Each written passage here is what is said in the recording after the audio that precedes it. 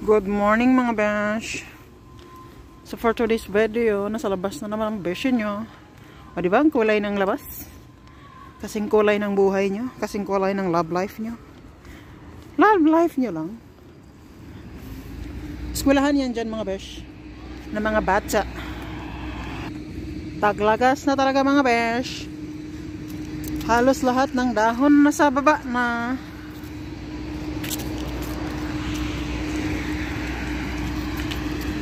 Check mga besh. So yung pantalon ko is sponsored by Maring Andrea. Yung jacket ko, salamat sa asawa. Itong bag ko naman 20 years old na yan mga besh. Yung salamin ko, it's in aim, 5 euro. Yung sapatos ko sa kapatid ko. So yeah, ayan yung outfit check natin ngayon. Alam niyo mga besh, ang bagay na talaga, ang dami na talagang nagbago sa mundo, no?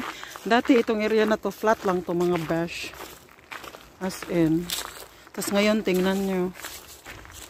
May mga building na siya, ayan. Bago lang yan mga besh. Actually, wala pa nga nakatira eh. Ayan. Sabi ko kay housemate, gusto ko dito. Kasi, may garden siya, oh. Tapos, sayo yan lahat. Puke. Tapos may garden ka sa labas. Ah, may nakatira na mo ya. May nakatira na mga bisyo. May balcony na siya. May garden na siya. Ay, may ano. Ano. Sabi ko kay housemate, gusto ko dito. Alam niya, sabi niya, 800,000 to 1 million daw mga besh. Wag na lang mga besh. Masaya na pala ako doon sa bahay namin. Malapit lang to mga besh. Dito lang to. Pag galing sa amin, mga 2 to 3 kilometro papuntang Buri Mall. Sa kabilang side. Tapos ayun yung Bore, Nemosnitsa Hospital Bore, bago lang din yan. Tapos yung Bore Mall, tapos yung Metro, Kaufland.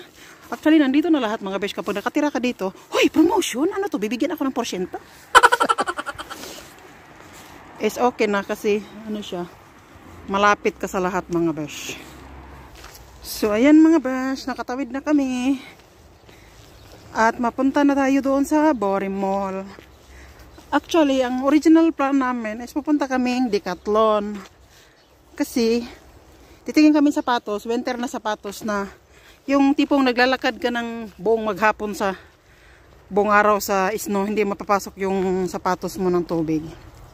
Or hindi mababasa yung paa mo ng tubig. Kasi yung mga sapatos ko mga besh, pag nag-walking kami ng sobrang tagal, ano siya, pumapasok yung tubig. So, hindi maganda kasi malamig, tapos basa yung paa mo. Baka mamatay ka ng mabilis mga besh. So, ayan, yung train ano na yan, daanan papunta yung Prague. Tapos lusot ka lang dito sa tunnel na may hangganan. May hangganan mga besh kasi maiksi lang to eh, maliit lang. So paglagpas mo dito, kita mo na agad si Mobilex. Bago lang yan si Mobilex. I think wala pang isang taon yan, kung hindi ako nagkakamali. Tapos yung mga auto ano dyan, shop is bago lang din yan mga besh. Kung hindi ako nagkakamali, wala pang 2 taon yan. O diba? Sweet to ang bishi nyo. Malapit lang kasi ito sa amin, walking distance lang, o diba? So mas maganda talaga pag dito ka nakatira sa area na to, pag nandito kayo sa Slovakia, tapos barak nyo lumipat sa city. Andito na lahat. Hospital, shop, name it. Nandito sila lahat. Andun yung Decathlon, Mercury, etc. Hornbach, Obe. So kapag nandito kayo, alam nyo kung ano yung mga sinasabi kong shop. Kung taga dito kayo. Pero kung hindi kayo taga dito, malamang hindi nyo alam. Hoy, Diyos ko, napaka suplada naman itong nagbablog na to. So ayan yung Bore Mall. May palaruan din dyan ng mga bata. Actually ito mga besh is sakop na to ng La Match. Pakita ko sa inyo. Wait lang, si La Match.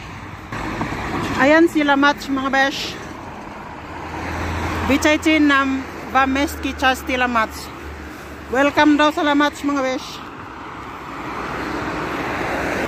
Accessible din siya mga besh. Kapag gusto mong pumuntang sentrum, may bus station dito papunta doon.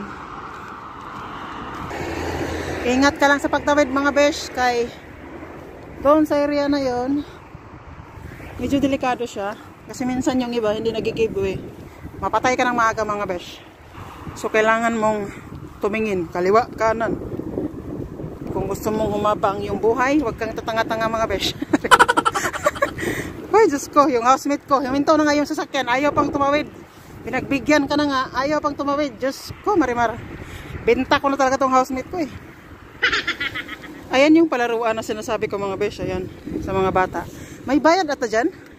Hindi ko lang sure, kasi hindi naman ako pumapasok dyan, no? Wala naman akong anak na dadalhin dyan. So, ayan na yung Bari Mall. Kung saan dito ka magwawaldas ng iyong kapirahan. Itong side na to, free siya. Pwede kang pumasok dito. Doon ata is may bayad. Bupi pala siya mga bes. Bupi ang pangalan ng palaruan. Kung hyper yung anak mo, pwede mong patamblingin dyan hanggang siya ay mag-collapse. Huy! Mag-collapse. Hanggang siya ay mawala ng energy mga bes. Ganun. Huwag nyo namang hayaang mag-collapse.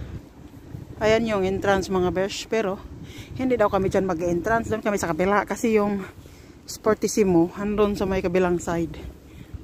So hindi tayo dyan, doon tayo sa kabilang side. Sabi ko Intersport, sabi niya hindi daw kami papasok dyan. Mahal kasi yan. Sabi ko hindi naman ako, hindi ko naman sinabing papasok. Sabi ko doon tayo sa sa Sportissimo. Itong housemate ko, bugbugin ko na talaga to eh. McDonald's ni. Girenovate nga mga besh kasi hindi man to ganito dati. Open yan, maraming salamin ba siya? Hindi siya tulad ngayon na siya, close na siya. Ayan. Iniba nga nila, nagrenovate nga sila. Dati hindi to ganito eh. Ito. Pasok na tayo mga besh, Bari Mall. Ang ganda nung kavat na suot ni ate sa manikin oh. Red na red. Welcome to Bari Mall mga bash. Kapag nakapasok ka na, simulan mo ng waldasin ang iyong kapirahan. Ayan si Sportissimo. Bakit yung iba nagsasarado na? Dito tayo. Ganahan ko ani mga bash. Sabi ng housemate ko mga bish, kakulay daw ng jacket ko. Sabi ko, oo nga no. Gusto ko yung ganito. Ayan. Tapos waterproof. Lotto ang brand. Daghan sapatos mga bish. Sabi ko sa housemate ko, maghanap siya ng 38K, susukat ko. Meron daw. Asa na? 555. Ito pala. Sukat natin mga bash.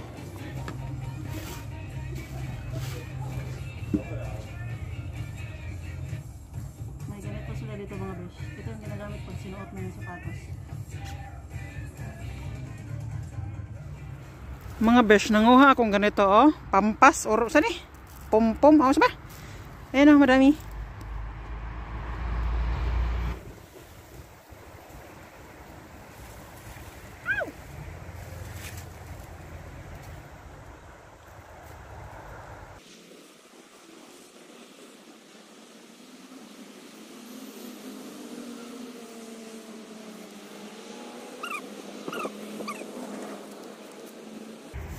Alam niyo mga besh ko anong gagawin ko rito? Ito yung decoration ko sa Christmas tree.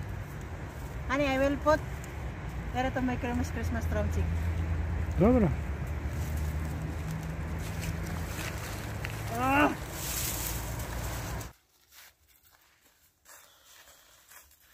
Mga besh. Pastilan itong housemate ko. Tumulong siyang manguha ng ganito pero hindi man yan nilinisan oh. Kailangan ko pang linisan. Ay, maputbol ko na talaga to eh. Putol.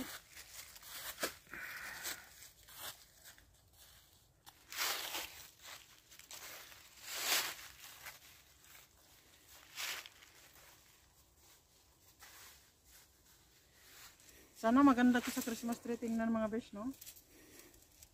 Tingnan nyo yung kinuha ni housemate at yung kuha ko.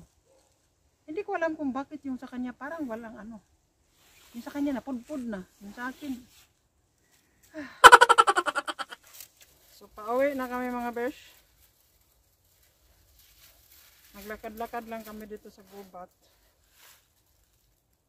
Lingan tayo, baka may tao. Makita tayo ng video-video dito, baka tayo mga timang. Pagkatapos namin maglakad-lakad dito, is uwi na kami. Pakita ko sa inyo mamaya yung nabili naming sapatos.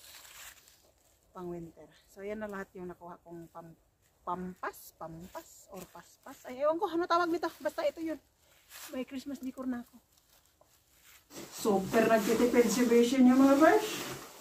Marami pa kasi akong pang decor ba. Nagtagan ko lang ng konti para naman maiba. Ito pala yung nabili namin mga besh. Oh. Ito. Sale siya, kaya nasa 30 euro lang siya mahigit. Tapos, kakulay siya ng ano ko mga brush. Jacket ko. Waterproof na siya. So, titingnan natin pag sa winter, pag nasa bundok tayo, kung waterproof ba talaga. Unique to my video. You buy it ka laibog-laibog. O diba mga brush? Ayan yung nakuha kong nakuha naming pampas. Instead na bibili ako ng bagong decoration, no? Is ito na lang yung idagdag ko. Kasi balak ko talaga mga besh pampas. Kaso kasi ang pampas kasi is mahal siya. So, kanina while go walking, nakita ko to. So, nanguha kami. Ayan siya. Natural na namatay talaga siya. Kasi mamamatay din naman itong mga besh eh. Kasi mag-winter na, mamamatayan sila pag nag-snow na. So, kinuha na namin at ayan na yung idadagdag kong dekorasyon sa aming Christmas tree. Diba? Instead na bibili ako, nakasave pa ako kasi hindi na ako bibili. Tapos yung mga bola ko naman, okay naman na yun. Kasya na yun. So yeah, yan yung idadagdag ko sa aking Christmas tree.